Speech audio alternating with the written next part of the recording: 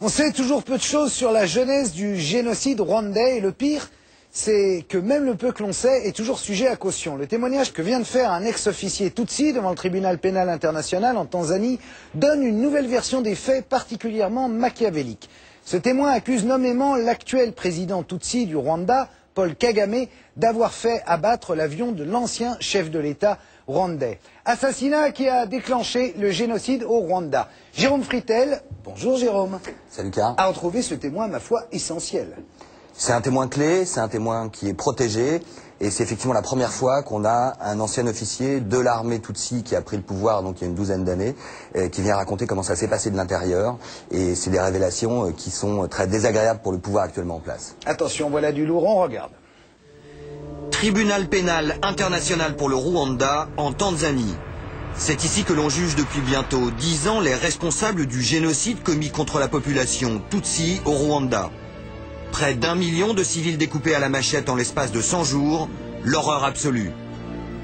Ce jeudi 9 mars, coup de théâtre, un ancien soldat Tutsi, le lieutenant Abdul Ruzibiza, vient raconter en détail comment l'armée des rebelles a elle aussi commis des massacres de masse lors de sa conquête du pouvoir. Pire, selon lui, c'est l'actuel président Tutsi, le général Kagame, qui aurait commandité l'attentat contre l'avion de l'ancien président Hutu, un acte qui allait enclencher la mécanique de l'horreur. Des accusations gravissimes qui émanent pour la première fois du camp des victimes Tutsi, Ruzibiza ou le soldat qui ose briser la loi du silence. I got to learn of it 2 days before. I got the information from a soldier.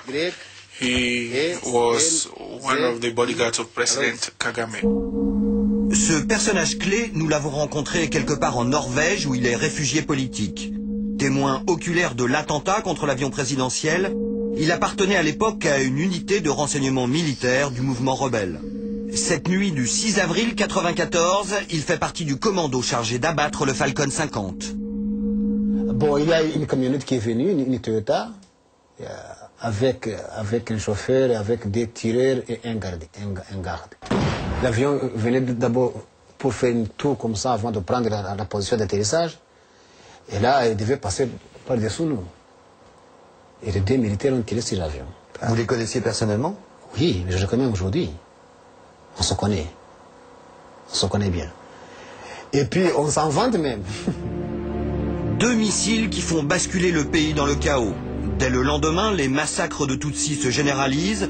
Ruzibiza assiste impuissant à l'extermination de son peuple. Toute sa famille sera liquidée. Aujourd'hui, il accuse Paul Kagame, à l'époque chef des rebelles Tutsis du FPR, d'avoir délibérément sacrifié des civils de sa propre ethnie pour s'emparer du pouvoir et de la capitale Kigali. Qu'est-ce qu'on allait faire à Kigali sans même stopper les tueries le long de la route par laquelle nous étions en train de passer? Nous avons finalement, je mets nous parce que moi aussi, je faisais partie du FPR. Le FPR a vraiment voulu sacrifier les Tutsis. Il n'a pas voulu les sauver alors que nous étions capables de le faire. Il voulait que le génocide soit consommé pour trouver la raison de prendre le pouvoir. Abdul Ruzibiza serait-il la pièce manquante qui permettrait de reconstituer enfin le puzzle de l'histoire de ce génocide? Claudine Vidal est une spécialiste du Rwanda, c'est elle qui l'a encouragé à écrire son livre au nom du devoir de mémoire et du droit à la vérité. Ruzibiza, c'est un témoin. C'est quelqu'un qui tente devant une histoire officielle de constituer une autre histoire, une histoire plus complète, qui montre aussi l'autre côté. C'est vrai le génocide, c'est vrai que c'était ignoble, c'est vrai qu'il faut aider les rescapés, mais il n'est pas vrai que Kagame soit le héros que l'on dit. Kagame, l'ancien chef rebelle devenu l'homme fort du Rwanda, a-t-il usurpé son image de sauveur des Tutsis et de porte-parole des victimes? La question dérange. Pourtant, 12 ans après le génocide, son rôle dans l'enchaînement des violences apparaît de plus en plus machiavélique.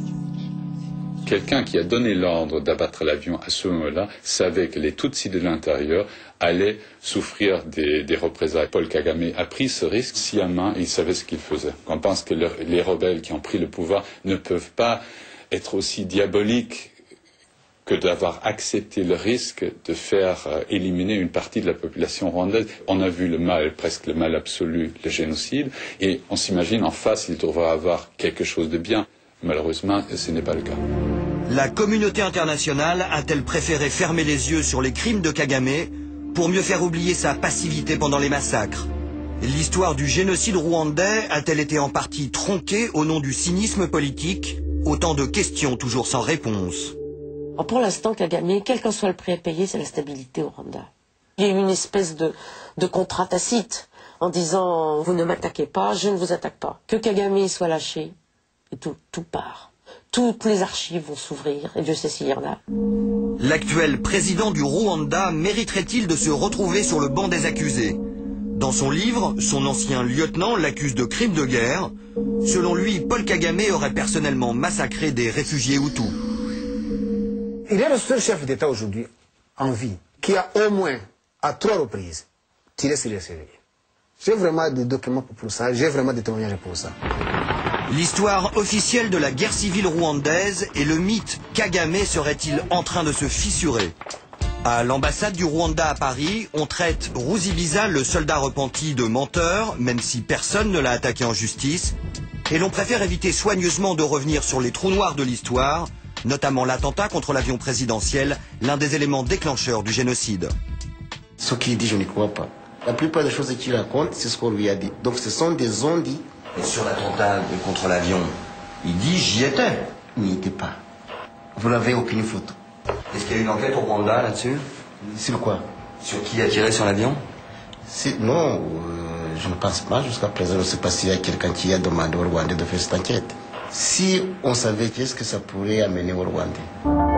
Volonté de tourner la page à tout prix, contre désir d'affronter la vérité à n'importe quel prix, les deux visions de l'histoire du génocide rwandais s'affrontent au sein du même camp, celui des victimes, sous les regards d'une communauté internationale soucieuse de ne pas intervenir, comme la dernière fois, c'était il y a 12 ans.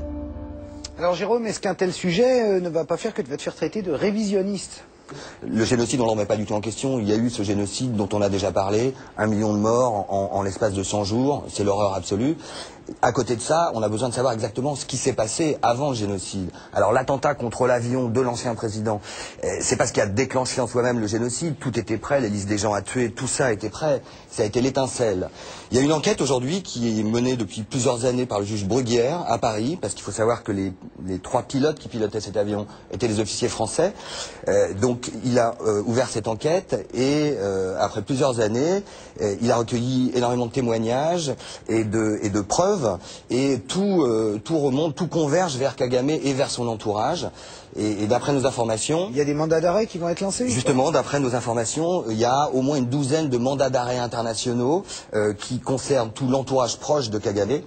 Quand est-ce que le juge Bruguière va lancer ces mandats d'arrêt internationaux? Parce que c'est une bombe politique ce dossier. À partir du moment où les mandats d'arrêt sortent, c'est un peu la reprise de la guerre entre la France et Kagame.